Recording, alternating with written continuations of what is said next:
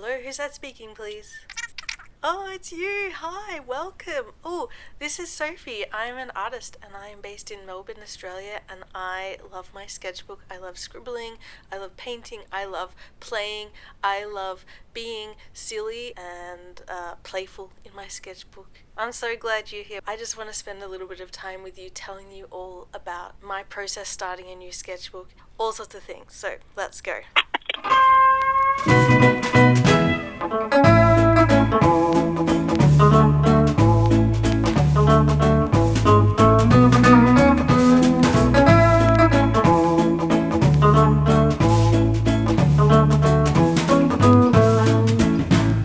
Okay, we're here. Ooh, I get so much joy and excitement starting a new sketchbook. The thrill of opening a fresh blank sketchbook is unmatched in in almost any realm of my life. It's so fun.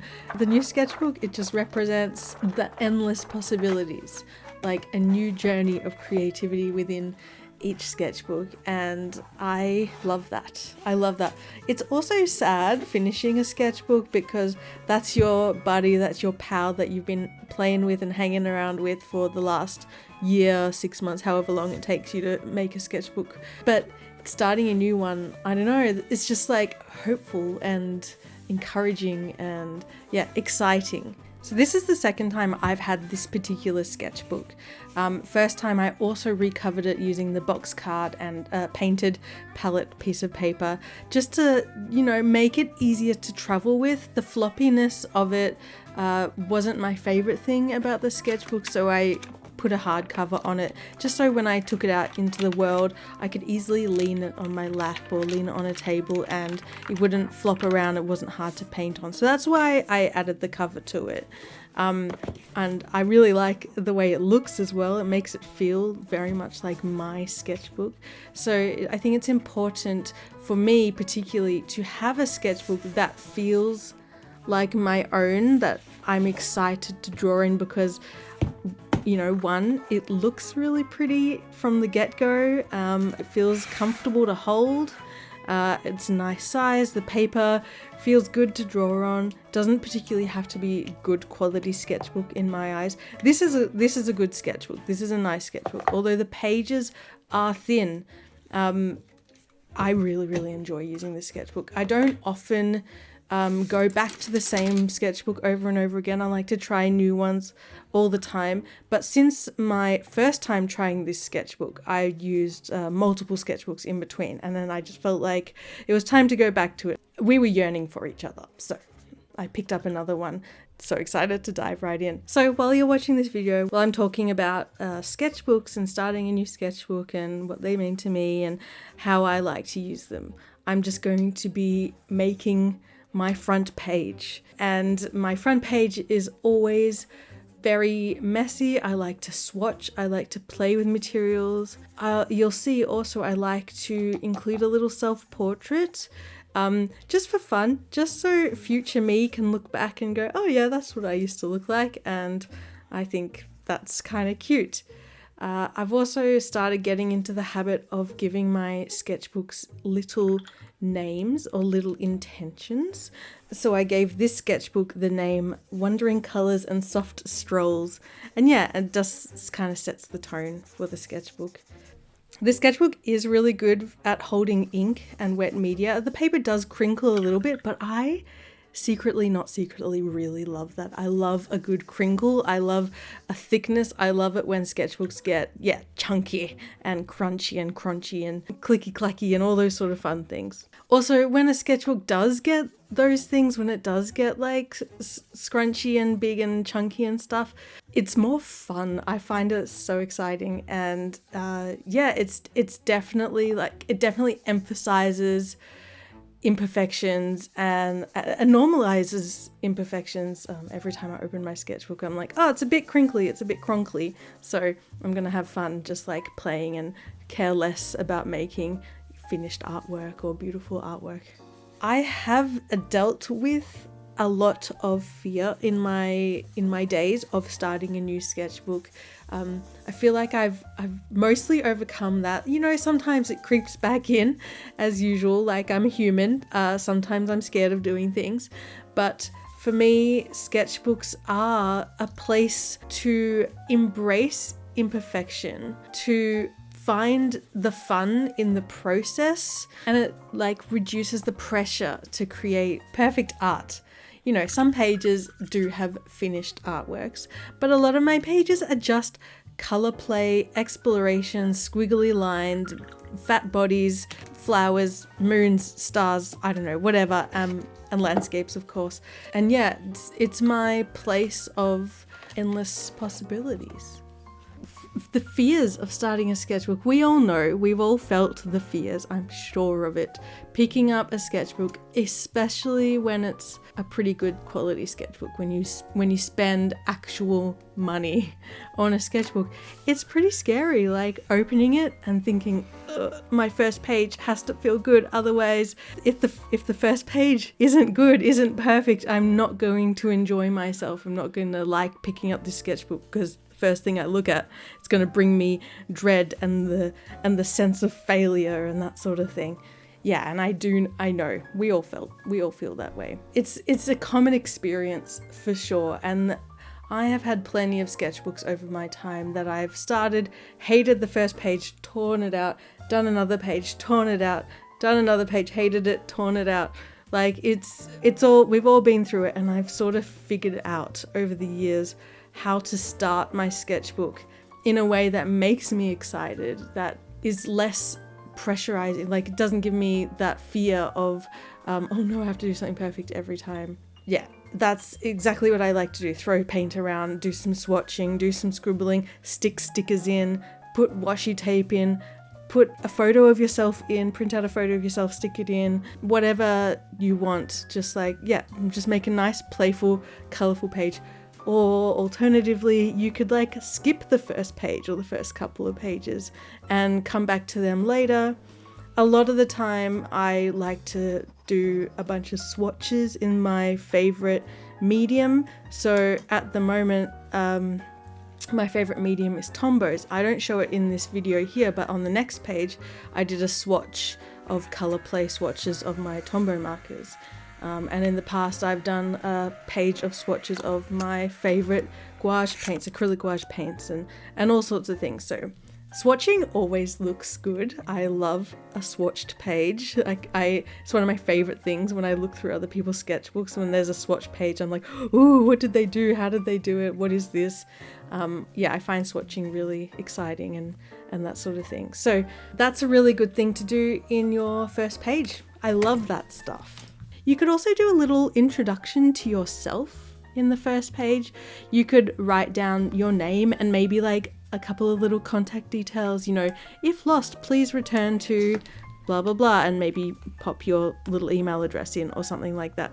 Just in case it gets lost. It has happened to me before.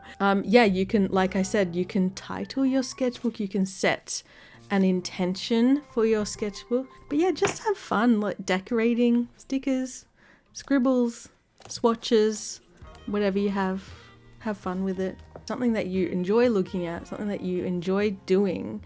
It just gives you a step into the sketchbook process that feels less daunting, and yeah, it gives you the confidence to just continue and to continue to move past the first scary white blank page.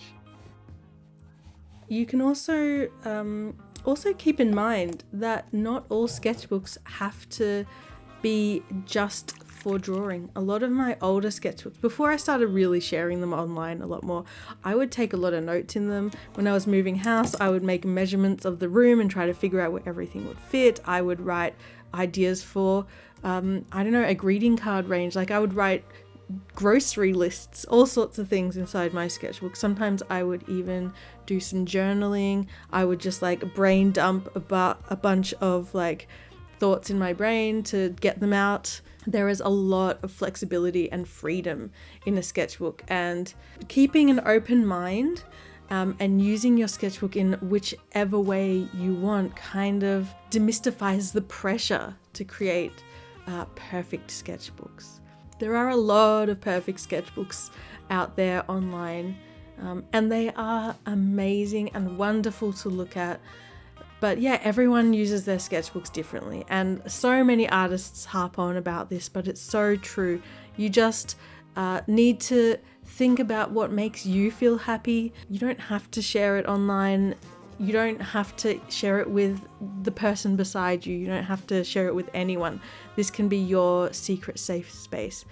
And if it makes you feel comfortable, you can have 2 sketchbooks on the go. You can have one sketchbook, which is your scruffy sketchbook, which you fill with random stuff, with receipts, with doodles, with bad experiments, with like color swatches, whatever you want. And then you have a nice sketchbook, which you can do proper sketches and more finished artwork in if that's your style. Love that as well. It's like you've got your fancy sketchbook and your scruffy sketchbook, and they kind of go hand in hand together, and it's fun to look at those things in tandem. For me, my sketchbook is a visual diary. I do love to express a lot of my thoughts and feelings and emotions, and I sort of put them into drawings, which are kind of metaphors for what I'm going through at the time. Sometimes it's unintentional. Sometimes I will look back at a sketchbook and I'll see a bunch of drawings of, I don't know, sad things or whatever, and I'm like, oh yeah, that's when I was doing this, and that's when I was going through that. It's also really helpful to put a date in every so often. I tend to do a lot of self-portraits, or I'll do one sporadically, and I usually use those self-portrait pages as little date stamps, so I can go back and be like, oh okay, so between this self-portrait and the next self-portrait it was like 2 weeks or 1 month or whatever, and it's sort of, I like to keep things kind of chronological like that. So that's one structure to my sketchbook that I keep. I like to make everything chronological. I never pick up my sketchbook and start from the middle, or I never skip pages and then feel like going back and filling them up again and that sort of thing. I like to fill up a whole spread and then go to the next spread, fill up a whole spread, then go to the next spread. But that might not feel natural for you. You might be a bit more, you might be even more messy than me. You might just pick up your sketchbook and any random page, whether it's upside down, inside out, on the ground, in the mud, under the rain, whatever, and do some drawing. And I love that. I wish I was that loose. I'm not quite that loose yet, but I do love that. But no, I like to keep things very chronological, but that's just me. I think it's also really important to make art regularly. If you're the kind of person who struggles with your level of taste not quite aligning with your level of skill, like sometimes your skill level isn't quite as high as what your taste level is, if you know what I mean. Like you see a picture, you're like, I want to be able to draw it like that, but it just looks like a bunch of like crayons vomited on my page. You know, it's important, if you're that kind of person who really pulls yourself down, makes yourself feel bad for not like making art that you feel like you should be able to make, because you're comparing yourself to other people too much or whatever. It's really important to be regular, like make regular art, and it's okay to create bad art. In fact, I say bad with like little like quotation marks. It's not bad.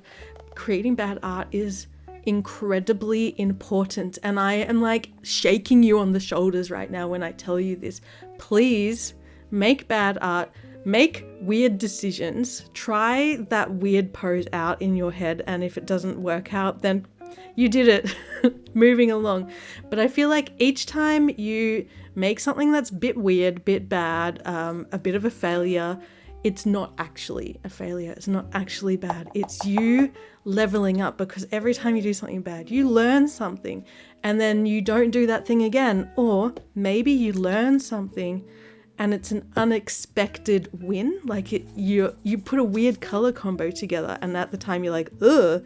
And then you look back at it and you're like, whoa, that is really interesting. How can I push that? Yeah, it's a really fun way to come up with ideas, these accidental happy mistakes. What is it that Bob Ross says? Happy accidents? Happy accidents. Motto of my life. I feel like one of the most fun things that I like to do is I just will dive in and start a picture, start a landscape, start a portrait, whatever I'm doing, or illustration. And I don't really plan it too much. Just because I'm like a glutton for punishment, I won't plan it too much. I won't sketch it out too much, and I'll just start. And I make so many bad decisions as I go along on this little journey of whatever the heck I'm making. But with each bad decision, I have a really good time figuring out how I can make that work, how I can maneuver this and that to like make it work with the picture. How can I change the colors? How can I cover it up? How can I work with this mistake or this weird decision or this strange color combo that I've made? And doing stuff like that, it's a challenge, but it's a way to like super evolve. It's so fun. I find it so fun.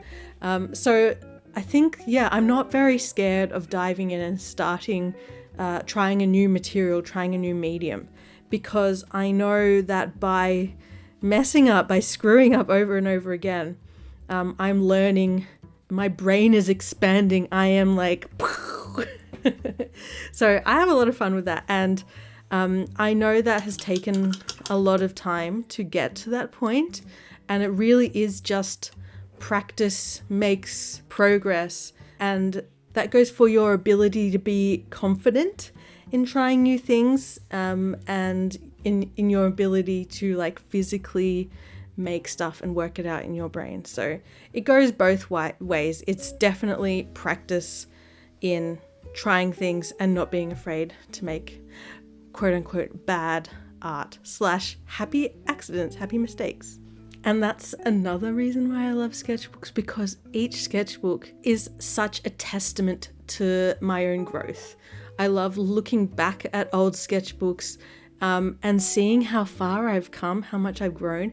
I might also have moments where I will look back at an old sketchbook which I kept while I did regular life drawing. So back when I studied animation, I used to do life drawing once or twice a week for a good 2 or 3 years. And I look back at those sketchbooks and I'm like, oh no, I was amazing. I used to draw so good, so confidently, so weirdly. And yeah, like my skills I noticed that my skills in doing life drawing and stuff like that has taken a step back.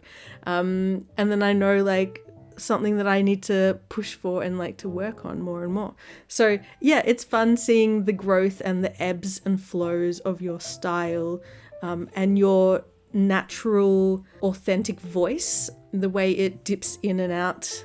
Or maybe it doesn't dip in and out, maybe it's always there. Maybe you rarely see it at all. Maybe your sketchbooks are studies of other artists, like 100 other artists, and you're like copying little bits here and there. Hopefully you are not copying and claiming it as your own. I'm watching you. Hopefully you're copying with the intention of learning from these people and like gaining skills and that sort of thing. But yeah, remember to look at hundreds of artists and not just one artist when you're like looking for inspiration and style inspiration and that sort of thing. But yeah, sketchbooks, amazing for personal growth and the ebbs and flows of growth, whether that's going downhill sometimes or going uphill sometimes. Like that's just normal. That's just imperfection, and normalizing and highlighting the value of practice, and that helps reduce the fear of making mistakes as you go on, like by making more mistakes. And yeah, it becomes less scary. It's like anything you have practice, anything you practice, you start desensitizing yourself from a little bit. So yeah, but I really do just encourage you to find joy in process rather than just looking at the end result. I mean, it is lovely to have a very nice end result, as we all like. But for me, sketchbooks are about the process of making a thing. It's all learning. It's just a big book of the life of learning in your brain. And then final artworks and stuff like that, you can relish in the end result being beautiful because you've practiced so much and you've trialed and errored so much in your sketchbook. Yeah, enjoy the process. Shift your focus from perfectionism to the joy of creating. Make it a rewarding experience for yourself. Again, disclaimer, I know that is hard, but it takes practice and you will get there. Yeah, that's it. So I hope this little video gives you a bit of an encouraging guide for you if you're starting a new sketchbook and you're a bit scared of sketchbooks. You want to try to overcome certain challenges when it comes to starting a new sketchbook. And I just want to say a great big squishy, squeezy, scribbly hug to my patrons. I freaking love you guys. You're the best. You keep me fed. You keep my dogs fed. You keep me warm. I adore you. Thank you so much for watching this, and I'll see you next time. Okay, tooroo.